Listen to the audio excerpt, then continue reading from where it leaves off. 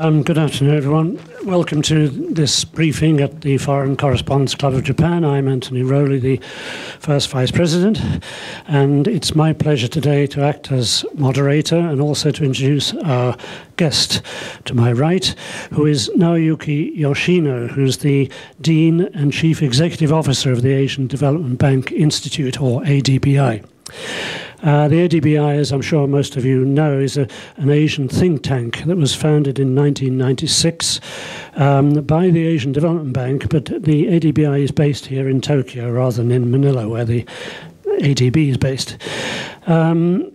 In addition to his duties at the ADBI, Mr. Yoshino is a professor emeritus at Keio University in Tokyo and a senior advisor at the Japan Financial Service Agency's Financial Research Center. He obtained his PhD from Johns Hopkins University in the United States under the supervision of Sir Alan Walters, who was for a number of years Margaret Thatcher's chief economic advisor. And he's also held numerous prestigious economic and other positions. He's published numerous books and research papers that are far too numerous for me to list here today. Today, Dean Yoshino is going to talk partly about North Korea, economic developments in North Korea, in how that might affect the economies of South Korea, of China, and of Japan. One of the fascinating things I think he's going to talk about, which apparently he addressed an audience in South Korea recently, is the possibility of linkages running from South Korea to China via North Korea, railway links and possibly highway links. So there's an awful lot going on. He's also an expert on education issues, on small and medium-sized enterprises. So he's going to address us on a variety of subjects. He's asked me to point out that he's not at liberty to talk today about the role that the Asian Development Bank itself might have in North Korea. All he can do is to quote a statement by the president of the Asian Development Bank, Mr. Nakao, which was issued recently. So I won't take a bit more time. I'll let Dean Yoshino have the floor. Please join me in welcoming him to the club.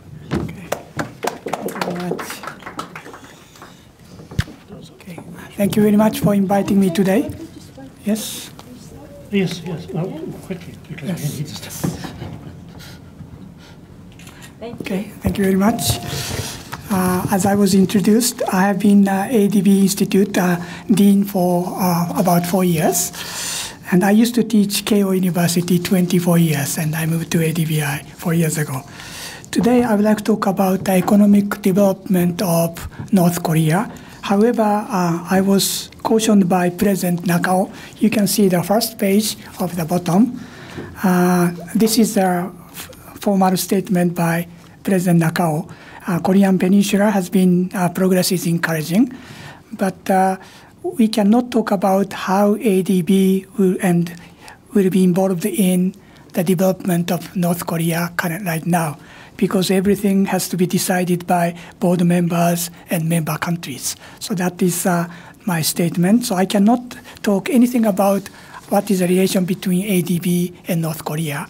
However, I would like to talk about economic development of North Korea and how it should be provided and what is a way to make smooth transition from communist to democracy and democratic situations.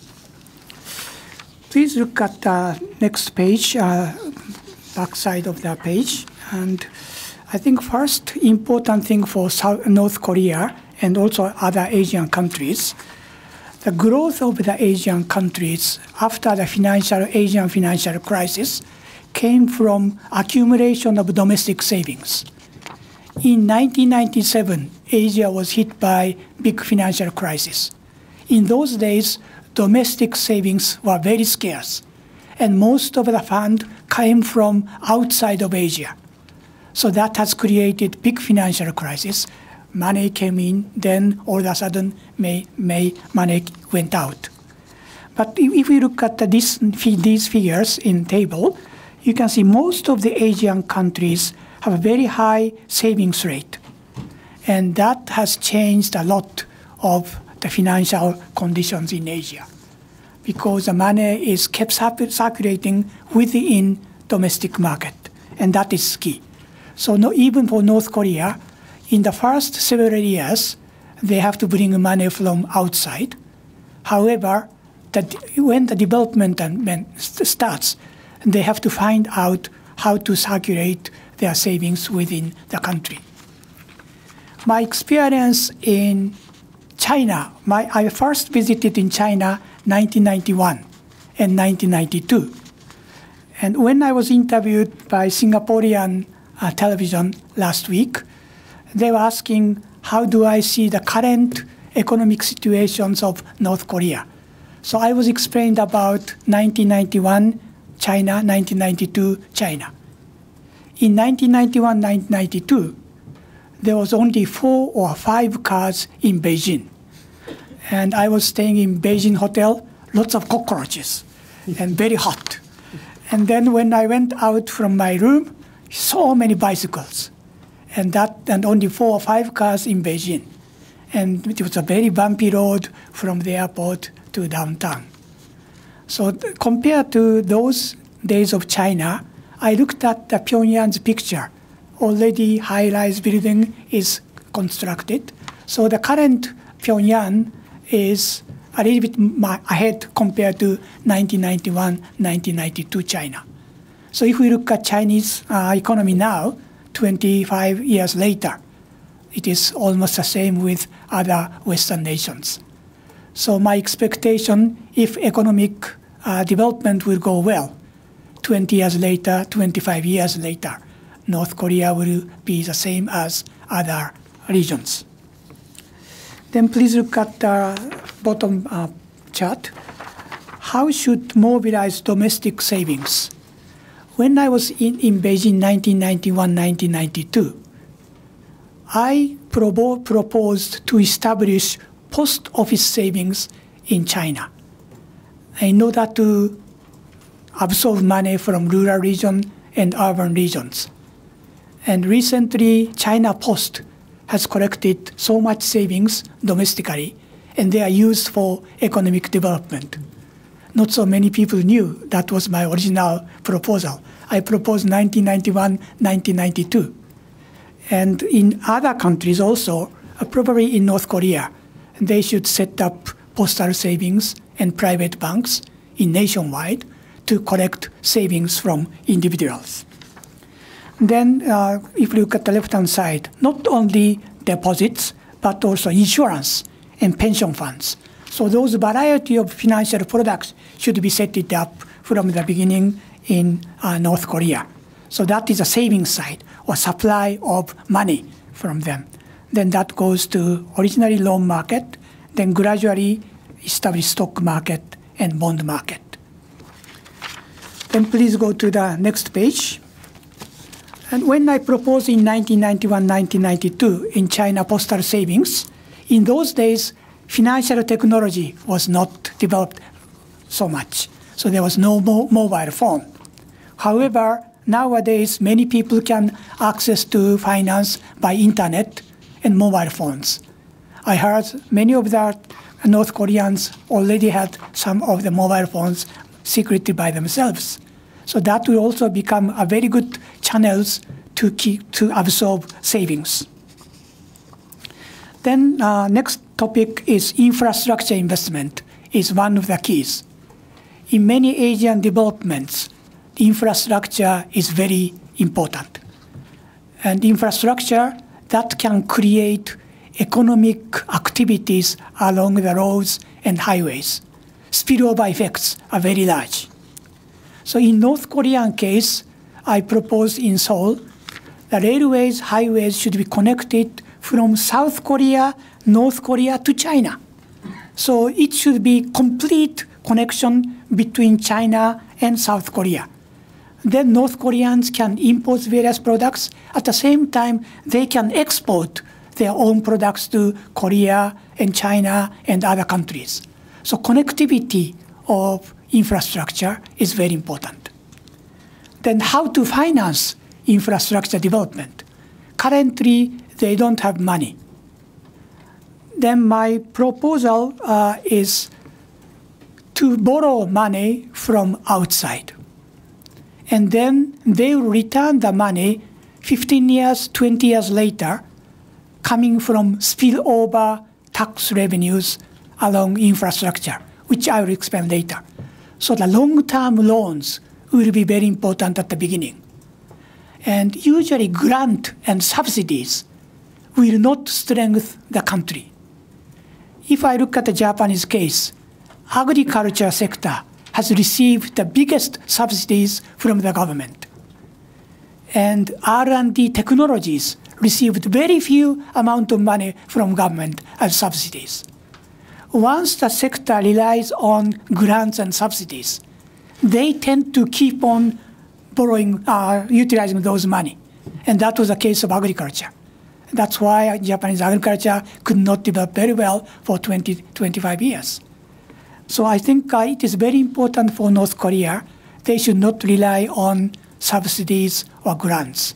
It is better for them to make profits and earnings so that their borrowed money can be returned.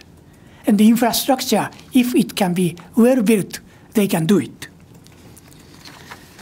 Then please look at the next page, financing for infrastructure. In the bottom of the next page, there's a red marks. There are many different kinds of savings, as I mentioned. Banks is a short term, then insurance pensions, and then later on, revenue bond and equity investment can be put into infrastructure investment. Insurance and pensions are very important to cope with aging population in future for North Korea. So it has to be well prepared to support elderly people in later on. Then revenue bond. Revenue bond means interest rate of the bond fluctuates based on the performance of infrastructure. And that could be floating interest rate is another possibility. And lastly, equity investors can come in. So variety of investors should provide finance to infrastructure investment. Then you can see the Silk Road picture on here. Then this Silk Road was wished to be west up to China, but now this one can go through North Korea up to South Korea. So that will create connectivity of infrastructure investment. Then please go to the next page, this picture. And how to finance, and I proposed the loans for infrastructure investment will be very good because that will give them the incentives to develop their regions. There's a red line in here. This is the direct effect of infrastructure investment. Then that will increase their productivity into the region. But the objective of infrastructure is to develop the regions along those highways and railways. So spillover economic effects are very important. So highways, railways has to bring private business into the region. And new apartment, residential area has to be developed. Then employment will be created. And then hotels, restaurants can be developed. Furthermore, agricultural farmers can sell their products to South Korea and China if infrastructure connects all the way. So infrastructure investment itself is not important, but to create jobs and employment, those are the very important thing. And if the infrastructure is very good, then as you can see in the bottom of this page, yellow region is the region along the highways or railways. Then these yellow regions will be developed. And this will create huge tax payment to tax revenues for local government. First, property tax will increase, corporate tax increases, income tax, sales tax. And all those tax revenue will become very large. That will come 3 years, 5 years, 10 years later. That's why I was proposing long-term loans rather than short-term to create the infrastructure. If I have experienced in China, 20 years later, these effects became very large. And probably the same thing can be applied to North Korea, 15, 20 years. All the regions will be developed, then they can accumulate tax revenues. And for example, 50% of those tax revenues can be returned as a return for the loans. Then how much infrastructure could create regional GDP or regional tax revenues? So I did many empirical work. This is the Manila's case. Please look at the next page, a picture. This is Manila's highway. And please look at the last row, Batangas City. And T-1, T0 are under construction. So tax revenue, T-2, 490, went up 620 to 6052. So during the construction period, many construction workers dropped their money in the region, so tax revenue increased. Then at the end of T0, this road has been completed. Then T+1, T+2, tax revenue slightly diminished because companies cannot fully utilize those infrastructure very well. But after 4 years, last column, tax revenue went up to 1208. So it's almost twice as much as before. And it has kept on increasing later. So this is a big spillover effects by infrastructure investment. Then please look at the next bottom figure here. In infrastructure, they used to rely on user charges, highway tolls, water tariffs. And public infrastructure, user charges are always regulated by the government, especially water supply, electricity. Then it is very difficult to obtain high rate of return because it's public necessary goods. However, the spillover effects of tax revenue, which is shown in red line, will increase if the infrastructure develops the region. And suppose part of those tax revenues were returned to infrastructure investors. That is a blue dotted line. Not only user charges, but also they can receive part of spillover tax revenues. And that could be enough money to return the principal and interest to the borrowed money. Then next, I've looked at Uzbekistan's railway case, and that is the next page here. And in case of railway and highways, connectivities are very important. Whether infrastructure can connect to the market. And Uzbekistan's railway, the connectivity brought big business for industrial sector and services sector. Even the agriculture could sell their products to the market. So if North Korean highways, railways can be connected to South Korea, to China, then they can produce along those highways, railways, and at the same time, they can sell their products in wider regions, South Korea and North Korea, and China. That will create a big economic impact to them. And I would like to talk about connectivities are very important. This is a picture of Kyushu bullet train in Japan. Kyushu bullet train at the beginning was not doing very well. But when this Kyushu bullet train, fast train, was connected to Osaka and Tokyo, then their business went very well.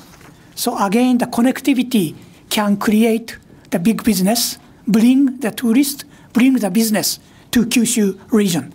So the same thing can be applied to North Korean infrastructure investment. Then after these loans can be created, the next page, they can also construct a market for capital market by using bond market and equity market. This is one example about infrastructure bond. Infrastructure company can issue bond. And this infrastructure company receives not only user charges, but also spillover tax revenues from local government. Then these bonds can be purchased in this figure, 40% by government, 60% by private sector. Then the risk sharing becomes very clear.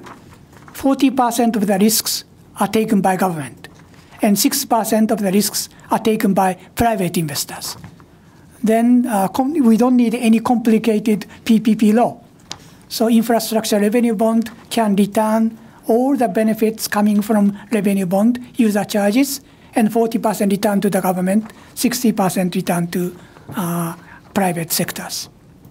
Then bottom figure is we can add to equity investors in this market. And based on these examples, if spillover tax revenues are returned to infrastructure investors, how much it would have increased the rate of return? So that is the next page here in the top. I use a Japanese infrastructure case. As you can see, the last red mark. So in the 50s and 60s, rate of return would have been increased 43.8%. Suppose original interest rate was 10%. Then spillover tax revenue add 4.38% for the return. Even recently, 3.9%. So 10% goes up to 13.9%. And if the economic developments are much larger in case of North Korea, this return would have been much higher. Next, in case of North Korea and many other Asian countries, development of startup businesses and SMEs are very important. Because North Korea, there aren't any big private businesses. There are many people who want to do their own business. Then in startup businesses, we have developed hometown crowdfunding about 20 years ago in Japan. So they have community people are providing small amount of money and then lend it to the money to people. In the bottom one picture is a Cambodian lady who started their own business along the road. And the right-hand side bottom is 40 Vietnamese ladies who started their business along the railway. And these funds are coming from their community. And top one is agricultural farmers and fishermen. All of them receives small amount of money from the individuals in the region. And then they can start their business. And of course, they are risky, but if their business is doing very well, and they can make lots of profits. And in Asian case, there are almost the cases are ladies. But it turns out lady startups does better than male. So especially in Asia, many male just go drinking if they have profits. But the ladies can save their money, and in our past experience, lady business performed much better than men in case of Asia. And then next, I would like to talk about the next page. Education is also important, not only just infrastructure investment. I used 44-country United Nations data. Then it shows secondary school education together with infrastructure, and university education together with infrastructure will create bigger spillover effects. And secondary school is basic skills for ordinary workers. And university will provide skilled businesses. And then I would like to talk about North Korean education. When I was a professor at Keio University, I visited East German cities after unification. One was Leipzig University and Martin Luther University of Halle-Wittenberg. I have honorary doctorate from Martin Luther University of Halle-Wittenberg in traditional East Germany. Right after early 1990s, when I was in the classroom, nobody understood modern economics. Then the teachers has been completely changed. Many teachers from West Germany came to East Germany. And then they started to teach completely different economics and social sciences. So I think North Korean case, education has to be completely changed. And then many teachers has to come from South Korea. And I heard about South Koreans, their Korean language, they said they can understand 95%. Only 5% are sometimes dialogues and so on, but 95% are exactly the same. So South Korean teachers can go to primary school, secondary school, high school, up to university. And education will be very important. the Chinese case also. In early 1990s, when I was taught at Renmin University, then nobody understood market-oriented economies. But nowadays, many Chinese went to US, Europe, and so on, and they come back to China, and they are dominating the classrooms and publications. So I think that is very important. And at the same time, North Korean teachers has to be re-educated. So they may have to go to Western universities, high schools, and so on, and then they should come back to North Korea. So education will be very important, and it will be a long-term changes, but after 10 years, 15 years, it will completely change. That is our experience from East Germany. And then next page is how to reform socialist-oriented government system into market-oriented system. And SOE, state-owned enterprises, how to change SOE reform, how to make SOE reform. I think incentive mechanisms are very important. And usually SOEs, government officials, their salaries are almost the same, whether they perform well or not. But SOE reform, I think incentives to bring higher bonuses for highly performed employees. For example, in infrastructure case, I'm proposing it in Central Asia, because there are many SOE, state-owned enterprises, after the collapse of Russian economy. So their performances are very bad, because they are all government employees. For example, in railway, if the railway is running in busy time, then they should have much more frequent train systems and so on. And if highway is very much congested, they can build new exit or entries. Those ideas should come from workers at state-owned enterprise. And if they can receive bonus, if their performances are good, coming from spillover effects or highway tolls, then there's a strong incentive for them to do as much as they can, and efficiency will be created. So I think even in North Korean government and state-owned enterprises, gradual changes in bonus system. Basic salary could be okay, the same, but the bonus can be changed. Those who worked very hard should receive higher bonus, and that will create a very good incentive mechanism for them, so that the companies will become much more efficient.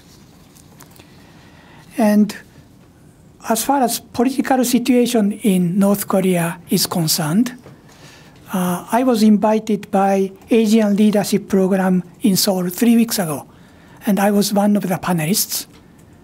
And South Koreans and my own view is different. I proposed government top people can be a dictator, but market can be completely oriented to market economy. Economy can be market-oriented, but politics can remain as monopoly power. China has, in a sense, communist is a party, one party, but economy is completely market-oriented. So I think North Korea can be possible to keep the stability of the political system, but economy could be market-oriented. Then after 10, 20, 30 years later, the political system can be revisited. But right after the unification, political system in North Korea and South Korea could be different. But the market economy can be prevailing all over the places. That could be the good step to unify smoothly. Lastly, I would like to touch upon SME, small and medium-sized enterprises, and its startup businesses. First, how to promote SMEs and technologies. I think, again, the education is very important. And if I am correct, North Korean technology is developed very well, especially nuclear-related technologies, and engineers are huge numbers. I think their knowledge can be used in the universities, and so that they can train the new engineers into not only military-related or nuclear-oriented engineers, but also they can expand to other field of businesses. So I think their high skill of those engineering technology can be used for economic commercial basis. Then they could become a very good instructor for the economy. And that can also create, the manufacturing industry can create small businesses in order to produce parts and equipment, and that will create a bigger pyramid-type industrial structure and large technological development, and that will affect to small businesses. And as I mentioned, startup businesses can be provided by finance from their own community and crowdfunding. And of course, large institutional investors, insurance and pension funds, if they started to grow, they can direct their investment into much bigger projects. And governance structure for those state-owned enterprises will be very difficult when I looked at the East German experience, because it used to be communist. Then whatever they work, their performances are the same. So I think rather than looking at governance structure, I think changing the incentive mechanisms which I mentioned will create much better companies of SOE. So providing bonus system to individual workers. And governance structure will become next step. Then workers will realize our own effort can be returned. Then those people becomes bigger and bigger. Then they can complain about their president and COEs, SOEs, and then they can talk about our governance structure should be changed. So I think it is better to grassroots changes of SOE system rather than going to top-down. In order to do so, provide incentive mechanisms for regular workers. And then good performance, if they do, then they are benefited and return will be created. And that will create a very good competitive system into the economy. However, that political situation can be a dictator, but the economy can be developed very well. Last one may be the exchange rate system. How should it be changed?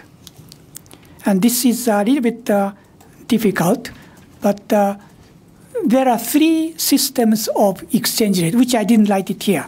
There are three different systems of exchange rate. One is fixed exchange rate, and the other side is free float.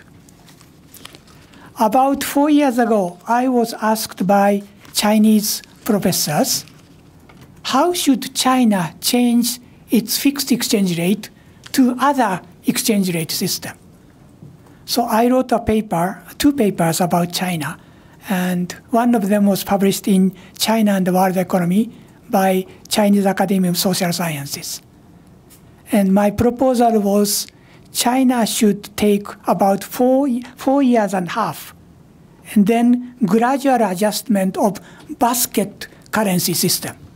I would like to explain a little bit the basket currency system. Basket currency system means, in North Korean case, then some weight for Chinese renminbi, some weight for South Korean won, some weight for US dollar, euro, and maybe Japanese yen. Then they put the weight for their own currency and then fix its weight for a while.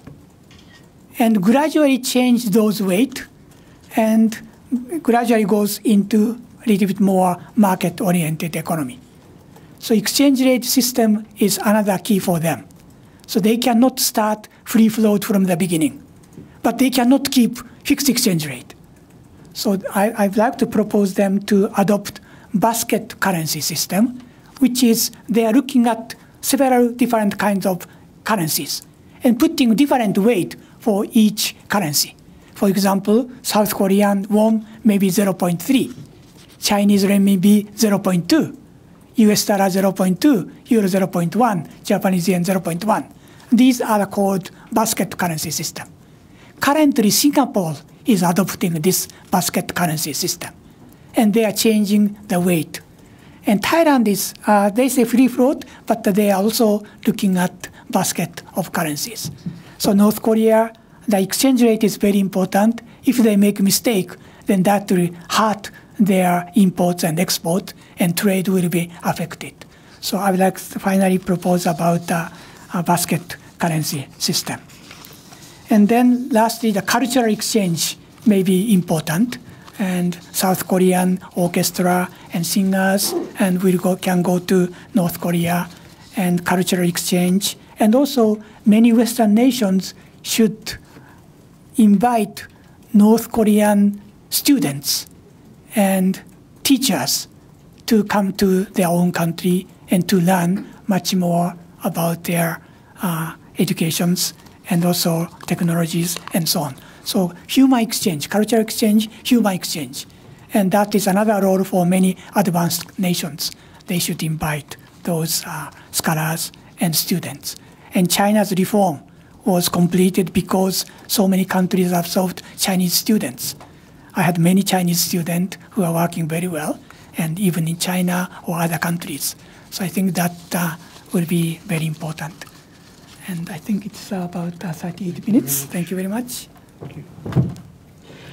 Well, fascinating and very comprehensive. Thank you. I'll open up the floor for questions, but I'd like to ask you one question myself.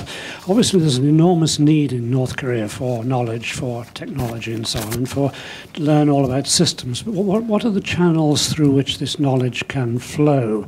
For example, how important will the role of joining the IMF or the World Bank or the ADBI or the AIIB, how important will that link be in bringing to North Korea the kind of knowledge they obviously lack at the moment?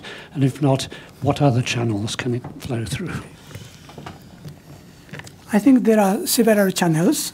First one, a human exchange. Of course, students can go to many different universities, Europe, US, Australia, many countries.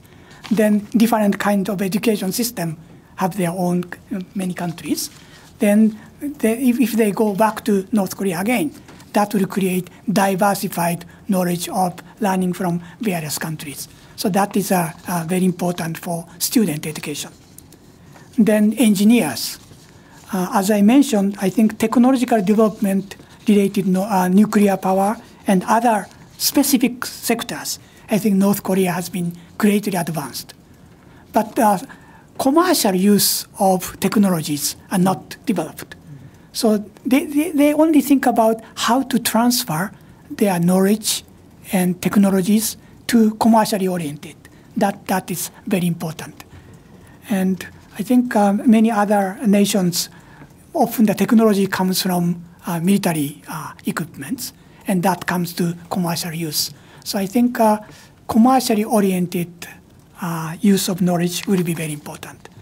And then international organizations, when those students have a master's, PhDs, then they can apply to those international organizations. Many Chinese young people are now applying for IMF, World Bank, and other international organizations. And I'm sure North Korean people can do it. And about 10 years ago, this is unofficial, but I had North Korean student at Keio University. And he said he came from North Korea. So I secretly asked, how could you come? He has never answered to me. And, but he was very smart. And he was staying in my seminar class for 2 years. And I think he entered Keio University with entrance examination. So that means he was very good. He can speak Japanese, Korean, and English. And mathematics was very good. So I think in North Korea, the talent of the young people are very large, very good. And I thought, I was looking down those North Korean people. I thought they are not well trained. But my surprise was he did a little bit better than Japanese students. So I think skills and knowledge is very good in North Korea too. Very good. Thank you. Okay, working press first. Questions? Yes, Tozo, please. Yoshino-san, thanks so much. Patrick Walter, Frankfurter Allgemeine Zeitung. I have 2 or 3 questions, if I may. You talked about the infrastructure. Based on your knowledge about Asian countries, when you build up these infrastructure connections from South Korea to China or to Russia, like the plans of the South Korean government, what would be your expectations? How much would that cost? Oh, I see. Second question, where would we had Jasper Call 2 weeks ago here, who would give money, who would give capital to North Korea when you have a huge political risk that this dictatorship might turn back might not like opening up the markets? And the third question, based on your knowledge on German unification, I mean, if me being a German, there had been a lot of nice plans when East Germany opened up about how to reunify, some kind of step-by-step plans taking several years, managing exchange rate, and just having a slow transition process to make a smooth process to bring East Germany to West Germany. I mean, in the end, what happened was that East Germans were migrating rapidly to West Germany, so the unification came in just 1 year, and there was no way about all these nice plans that had been developed to take place. Why do you think that in Korea that might be different? Okay. Thank you. All are very good questions. I think infrastructure investment, how much does it cost? So I would like to look at the other Asian country case. In my second page, there is a figure. In the first page and third page, yeah, you can find the figure. This is the infrastructure needs of many Asian regions. Central Asia, if you look at the last column, then in the last column, 5.9% of GDP. This is the average needs of infrastructure investment. And biggest needs is South Asia, is 8.8% of GDP. This is the biggest figure. The next page, power, transport, telecommunication, water, and sanitation. Please look at the next page. Then the biggest one is power, and hydro, and other power. Then transport, telecommunication, water, and sanitation. So if a similar thing can be applied to North Korea, probably these are the approximate figure I can make. And then Which GDP would you say? this one is each country's GDP. Yeah, share of the GDP. Then next question is, okay, yeah, where the money should come from. Okay, if politically the money and the loan can be returned from spillover tax revenues, then based on China and other countries, 20 years, 15 years later, the profits becomes very high. So even I could invest into North Korea if it has been secured.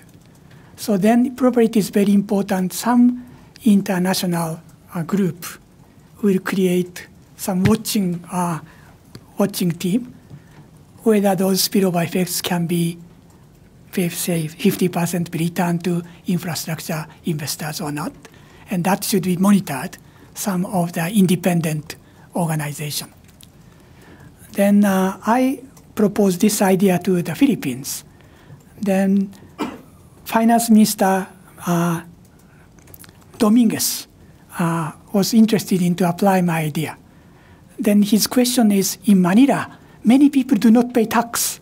So spillover tax cannot be collected. So I gave him the good answer. When we look at the spillover effects, I said tax revenue is one of the ways to measure GDP. Now we can use satellite data. So night light, how bright it became. Then we can estimate the impact of the economy. Secondly, we can also use the number of people who are using station each day, railway, highway. Even the small business, we can detect by computing number of people who are using that small business. Then that can become a very clear data to estimate their sales. So if that can be used in North Korea, then tax profits will also be coming in constantly. So someone has to watch whether it has been 50% be properly returned or not. Then I think many insurance companies, pension funds, if that is secured, it's possible to invest. Of course, first 5 years, there won't be any profits. But based on other Asian countries, 10 years, 15 years, 20 years later, the spillover became very big. Then unification of East Germany and West Germany. I only talked about education because that is what I have involved in. That's why the teachers' quality and student exchanges are very important. But I heard many, many bad stories to Western German people. For example, there is an exchange of nurse, and my friend was a nurse in West Germany. Then people from the East Germany do not work very hard, and then we have to subsidize and so on. I think the training of adults is very important. So the job on-the-job training may be important. And many East Germans who are very good may go to West Germany. But that is fine. Nowadays, many West Germans are now coming into East Germany for property development and so on. So if the economy will develop, of course, at the beginning, many East Germans may come to go to West Germany. But then after that, if East Germany started to gradually grow, then again, many people may come back. So I think, as you mentioned, it may happen. Many people start to go to South Korea at the beginning because the economy is not developed. But after 5-10 years later, they may go back to North Korea again. So I think it will be a long-term process. And I think it is very important for North Korea to learn about German unification and what was the success part and what was the failed part. And then those lessons partly may improve their unification. Just very quickly pick you up on a point there, my colleague's question. Where will the money come from initially, though, to finance infrastructure? I mean, the spillover taxes will appear over a period of time, but will it be mainly the multilateral development banks? For example, the ADBI, I imagine, is going to be rather interested in North Korea. So where will the initial funding come from to pay for infrastructure before the revenues build up? Okay, one way is it should come from international, as you said, international financial institution, maybe one possibility, or each government can set up some of the fund, and that will be used for loans rather than grants and subsidies. And many Asian countries can set up, contribute some money for infrastructure fund. Then the rate of return should come from later those spillover effects. Okay.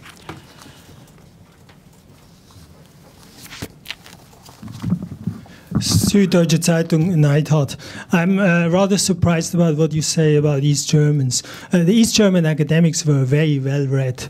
I can't imagine that they didn't understand market economy. Now, what you present here is an excellent textbook case. But my question is, how specific is that for North Korea? In North Korea, you have not only state-owned enterprises, but you have military-owned enterprises. So this is a big problem. The idea that North Korea will ever export agriculture products is absurd if you think of the North Korean climate. America will export agriculture products to North Korea in 10 years. That's probably more likely. The third, I covered the Russian privatization for about 10 years. You need a legal framework to have any transformation to a market economy. So there, I find your argumentation very interesting as a textbook, but I don't see any specifics for North Korea. Okay, I think the North Korean case, as you mentioned, state-owned enterprises, but that's also at the same time military-oriented economy. No, military-owned. Military-owned. Yeah, military-owned. Yeah, but then also they could provide incentives for the employees. And that will, I think, changes their structure. So that was my point. And then legal framework is also important, and in order to change the economy into much more market-oriented. Yeah, that's completely true. And lastly, probably that the Russian case is also maybe applied to some part of the North Korean transformation from their economy.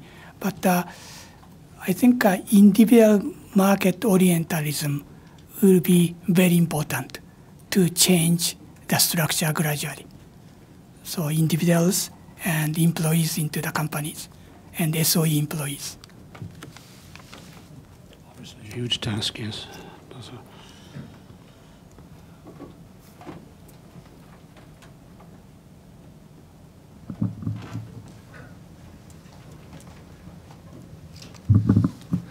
Siegfried Knittel, freelancer, also from Germany. I think what I think makes it difficult and different from what you compared a bit with China development and North Korean development. I think the problem is that China, there was for the people no alternative to China. They could not go to a foreign country. They have not a better example of a democratic country like in Korea case. They can look every time. They look to South Korea and see how things are going better there. So does it mean people want to think about going also to South Korea, or perhaps they think we want to change our government. For China, there was no opportunity to change the government. But in Korea, they have the example of the South Korean of South Korea. So for them, it's much easier to change it. And the other point that you said.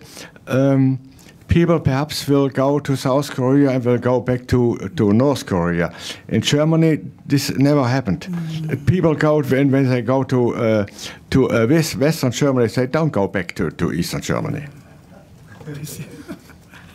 Okay. Thank you very much. I'm not a German, so I don't know compared to US, but I was just looking at the university and the students. That's all my observation. But if the economy, for example, the difference between India and China was often talked about it. And Indian economy stagnated so long, even though they have very much talented people. And Indian case, many talented Indians go to abroad, US, Europe, Germany. They didn't go back. That was a case of India. And Chinese case, economic recovery was very fast, because many Chinese started to go back to their own country rather than staying in China. And that was two different things. So, as you said, currently many people East came to West and they stay there. But if the East German economy started to recover, and then lots of opportunities for businesses, then there may be some movement from West to the East. So that was my future expectation. Yeah. Yes, Tosa, please.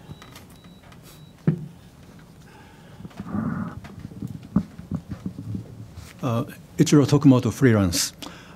You talked about the Chinese case. Yes, as you said, China has a one-party politics, a one-party government and market economy. But we remember that the Chinese economy under Mao Zedong was a disaster. And Chinese economy under Deng Xiaoping since 1970s, they had a great turnaround. So do you think that Kim Jong-un is a Mao Zedong or Deng Xiaoping? And second question is, I think that, as you know, that Japan occupied the Korean Peninsula until 1945, and we developed a huge mining industry infrastructures, including uranium, zinc, and copper. And do you think that the Japanese occupation legacy is a precious asset for future development? Thank you very much. In early 1990s, many Japanese economists went to China. Then Professor Ryutaro Komiya at University of Tokyo, he has proposed to China a political system may be communism, but the economy could be market-oriented. That was the suggestion made by Professor Ryutaro Komiya. And that political system and the economy will be different. So I think if North Korea, the economy can be marketized, and then lots of incentives for business people can be created, then the development will be very different. The same, even the South Koreans will say, early 1960s, when South Koreans came to Japan, they were surprised by big difference between South Korea and Japan. In those days, South Korea was also dominated by one Mr. Park, I think if I'm correct. Then economy was very much regulated. But when the South Korean economy becomes much more competitive businesses, and then mid of 1960s, the economic growth has been very much. So I think it depends how much market-oriented economic system be introduced into North Korea. And I think that is a key difference between the development and also stagnation. And is Kim Jong-un Mao Zedong, or is he Deng Xiaoping? Well, so it depends on how the market can be developed. If he let the market, will be introducing much more capitalist-oriented sense, then they can be a very good economic growth.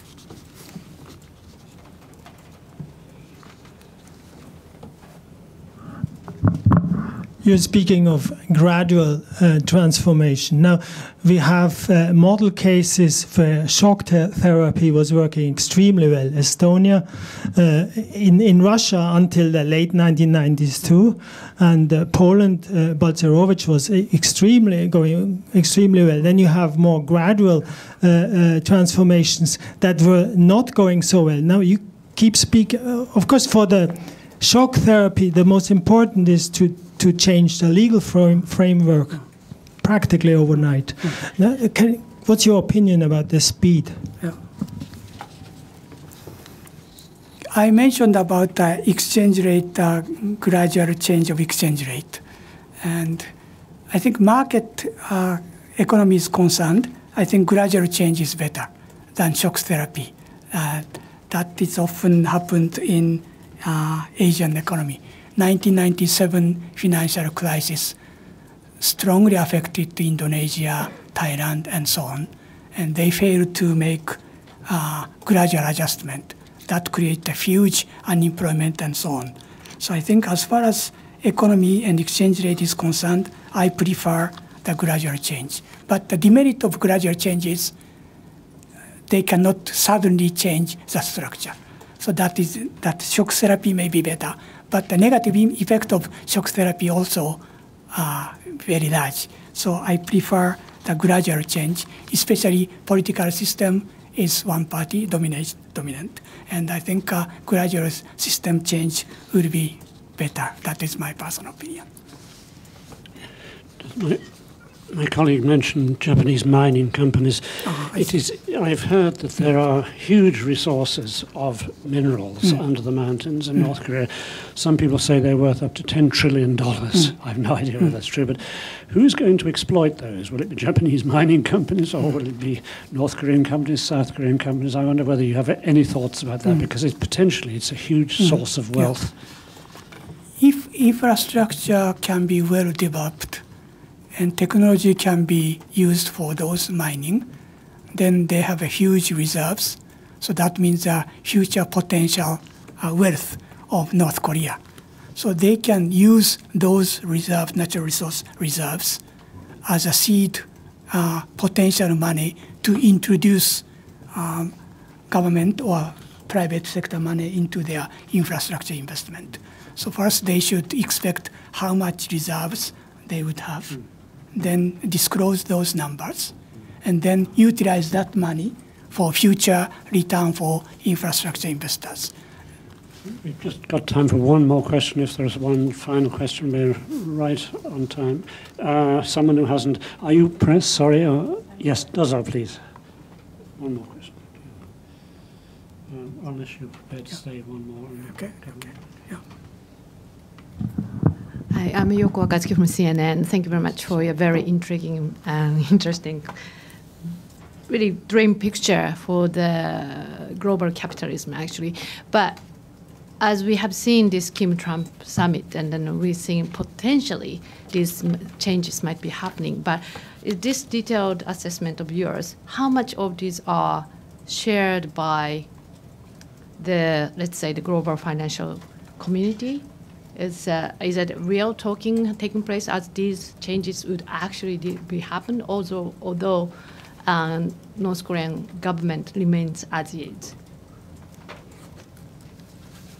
Okay.